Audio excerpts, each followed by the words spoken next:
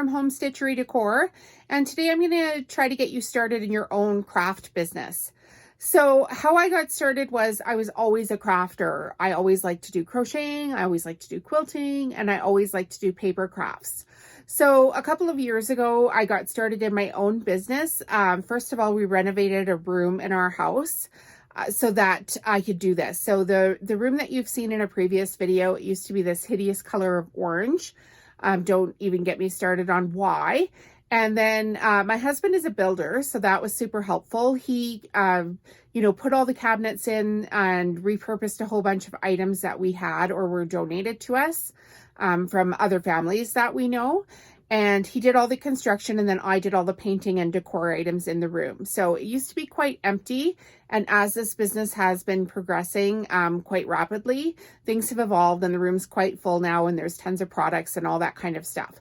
So basically everything I make with my craft business, I roll it back into some other function of the craft business, whether it be, digital stuff or patterns or fabric or display items. As you may know by now, I take items to farmers markets, and I also have items in a couple of local Alberta stores, and I also have items listed on the website for sale. So those, it takes quite a bit of product and display items to get things up to that level, but that's where I'm at right now. So basically, when I started my craft business, I was recovering from a surgery, and I was kind of laying in bed and started listening to some podcasts. And one of the podcasts had said to me, if you'd started an hour ago, you'd be an hour ahead. And for some reason that really hit me, and it stuck with me to this day. So I was laying there thinking to myself, hey, I'm going to need a business name first. And that seemed like a good place to start. So I started thinking about, what could be a craft business name that a lot of people would research. Basically, a lot of people would Google, a lot of people would look on Etsy, a lot of people would look on Pinterest.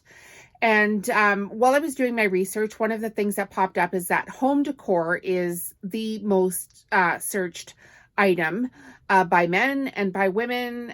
People just love to decorate their houses. And I knew I was going to do something with sewing. So I came up with Home Stitchery Decor, as I've always liked, vintage items. You could put me in a farmhouse in the 1940s and I'd be right at home there. In fact, I've lived in some really old farmhouses in my life. And I knew I wanted to bring that kind of feel and that kind of flair and that kind of fabric to the business itself. So the first thing I did was I researched everywhere whether or not Home Stitchery Decor was available. And it turns out it was available. So I quickly snatched it up. I've bought it off of every platform. I've bought the .com, I've bought the .org, I've bought the .net. I've trademarked all the things that I need to do to have this name. I've got it. I own it. It's mine. So once I got that started, I actually did buy a domain. And I just kind of left it sitting there because I knew I wasn't ready to have a website yet.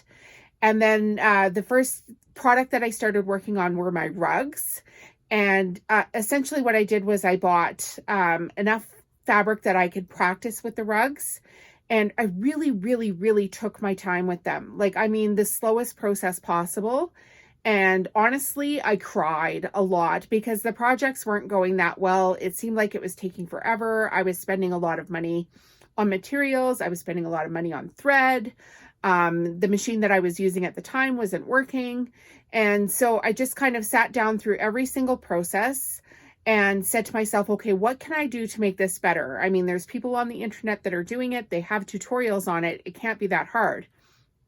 So once I got that figured out, that I needed to just slow down and start the process, I really figured out that I needed to start the process with one product. So I've started with the rugs, and as you know by now, I've added on many products to the rugs, but that's essentially how I got started. I had a name in the background, I had it bought across every platform, and I had a product that I could sell. So as I started building things, I discovered that I really wanted, a matching kitchen set.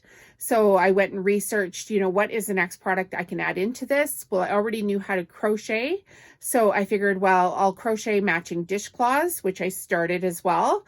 And I did the exact same process over again. I bought really good materials. I sat my butt down. I watched every single video I could find on making, a pattern that's repeatable, that could be made in like a lot of different colors that could match a lot of my rugs. And then I sat down and I made them. And there's a video tutorial on my exact dishcloths. So if you want to copy the pattern, go right ahead. And then I decided, okay, well, now I'm going to add tea towels into the mix. And how am I going to do that? So once again, I went back to YouTube. I went back to Pinterest. I went back to Etsy. I looked strongly at what everybody else was doing. And then I turned it into my own flair.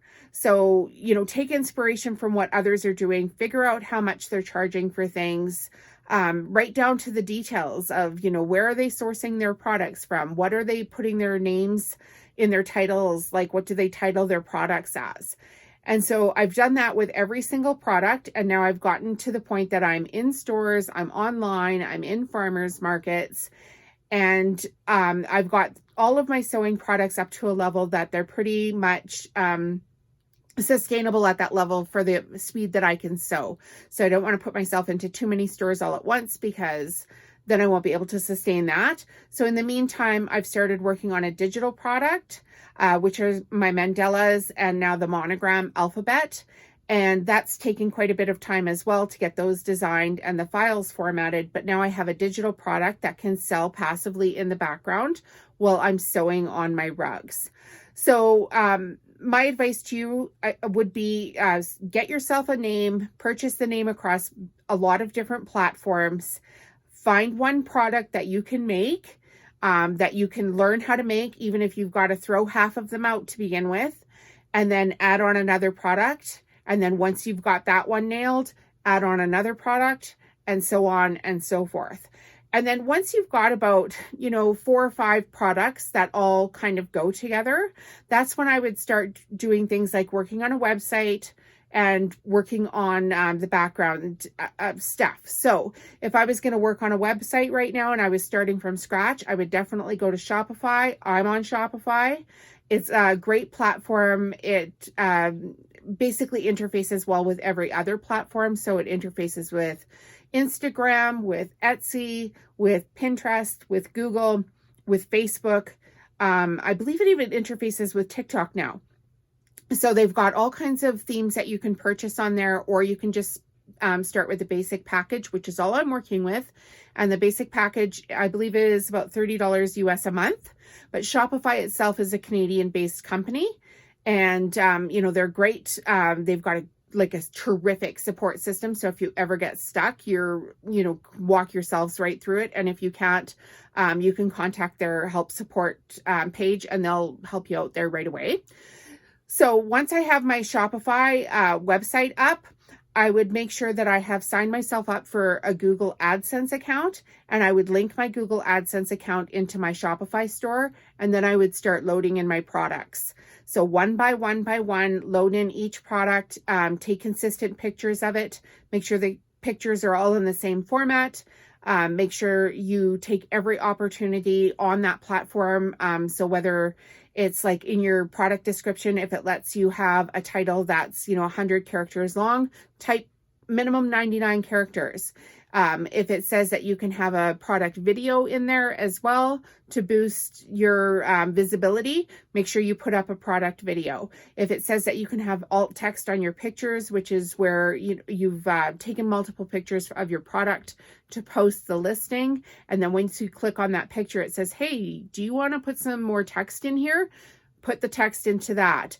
And then because that text is all linked up to your Google AdSense, and once you start, loading more and more and more and more stuff into your website, Google starts looking at your website and it says, oh, hey, this website is something we're showing to people. And they've got a lot of text in there that they can kind of sort through with their algorithms to see where they need to fit you. And then you can start making money through the Google AdSense ad account money by Google posting ads to your page. And if you're confused about the Google AdSense thing, maybe I'll make a video of it someday. Drop a comment below if you want me to make a video about that. There's tons of videos on YouTube about it that you can go and watch. But that's basically where I would get started. I would start with a product. I would start with a name. Once I had my products up, I'd get myself a website going with Shopify, Squarespace. There's a whole bunch of them that do that. And then hook it up to my Google AdSense account and start posting there and let Google pick it up. And now you're making money off your products and you're making money off of Google. So anyway, that's where I get started. I hope this helps you guys, and I'll do more videos as we go along.